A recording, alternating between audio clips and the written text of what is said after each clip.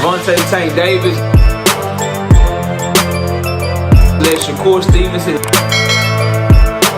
Devin Haney know y'all ain't built like that, bro.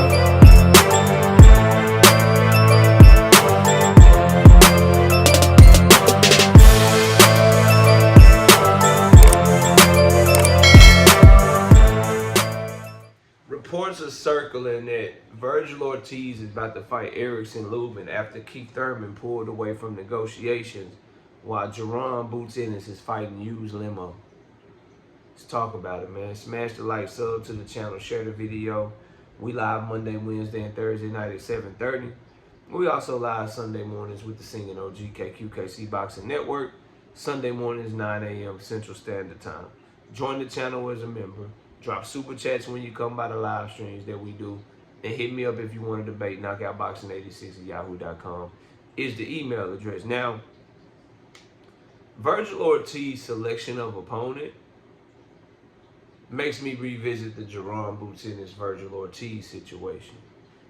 Couple that with Jaron Ennis's selection of opponent and how he tried to pump fake us with motherfucking Abel Ramos, aka Jesus Ramos, like they was the same goddamn person.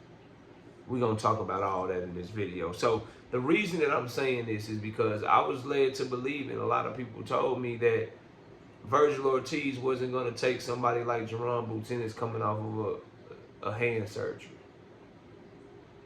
That's what I was told. That Vergil Ortiz was bluffing, that Eddie Hearn and Turkey and everybody was lying. The fact of the matter is, Vergil Ortiz is a fucking dog. And was he ducking and was he apprehensive to fight Jaron Ennis at 147? 100% he ducked him at 147, in my opinion.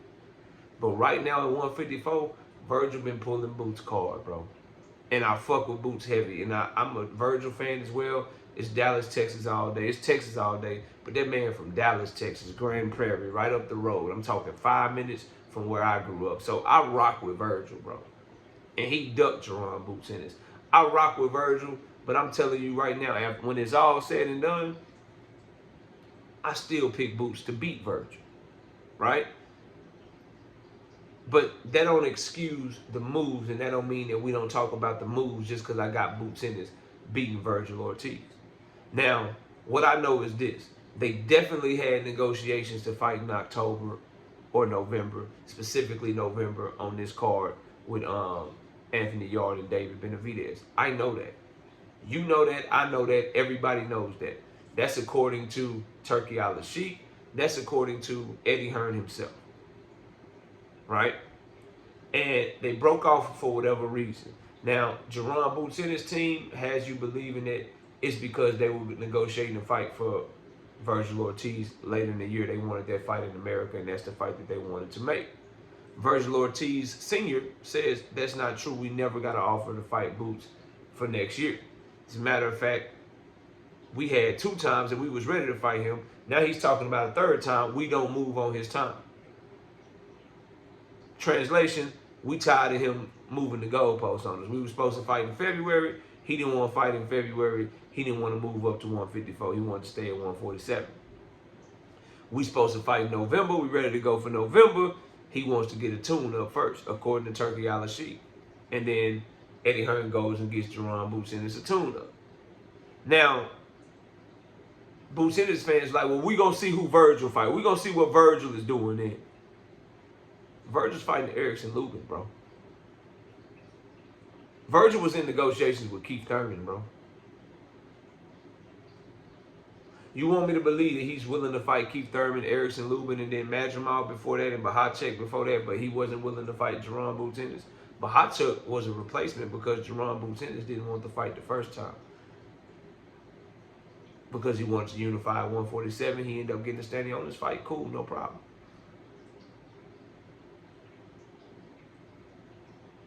Oh, no, that might have been Madrimov. I'm sorry. Madrimov was that. He fought Bahachek before that in 2024. Madrimov was because Ennis pulled away and decided to do the 147 shit. And Ennis had us believing, Eddie Hearn had us believing that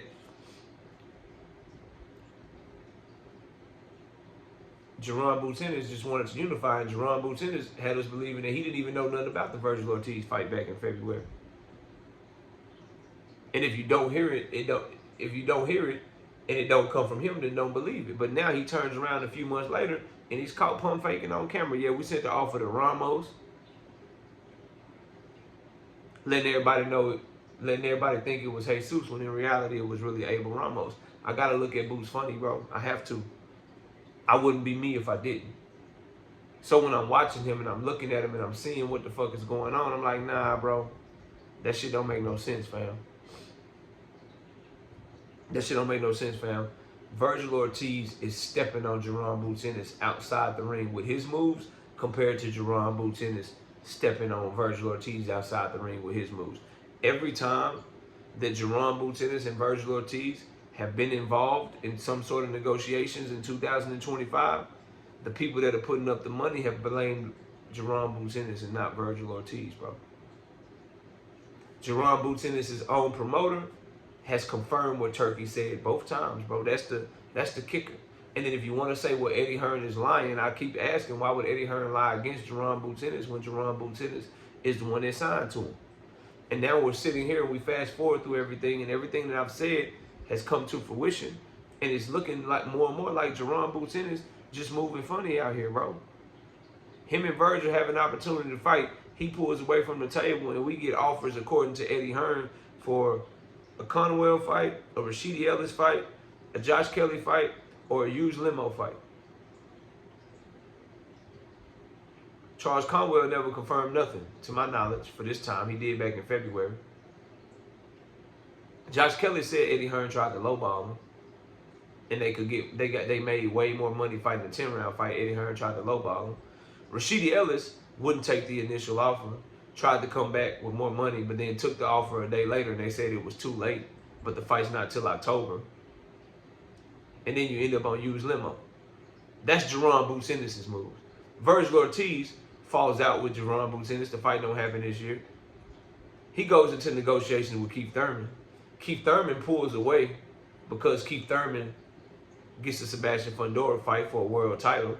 You can't blame him for that, but he pulls away from Vergil Ortiz negotiations. And then Vergil Ortiz lands on Erickson Lupin. Now, I just gave y'all factually both fighters' moves. Which one is the one that didn't really want smoke?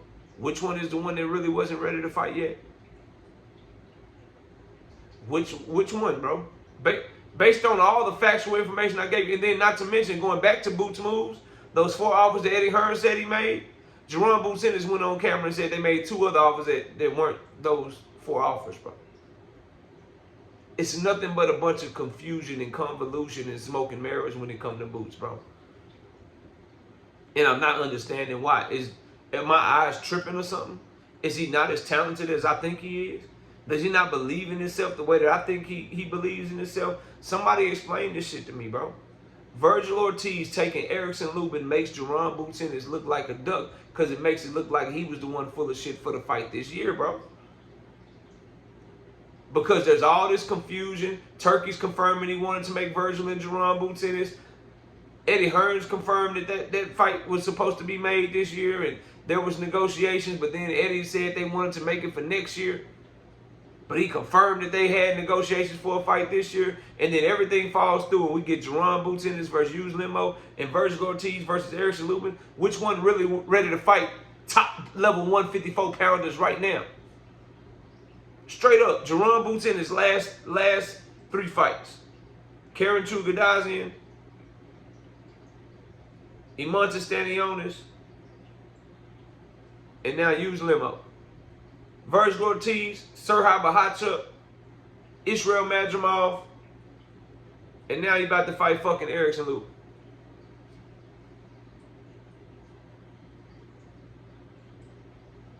It's too many people saying the same shit about Jaron Boots Ennis, including his own promoter and him shitting on his own self with his words, bro. It's too many people.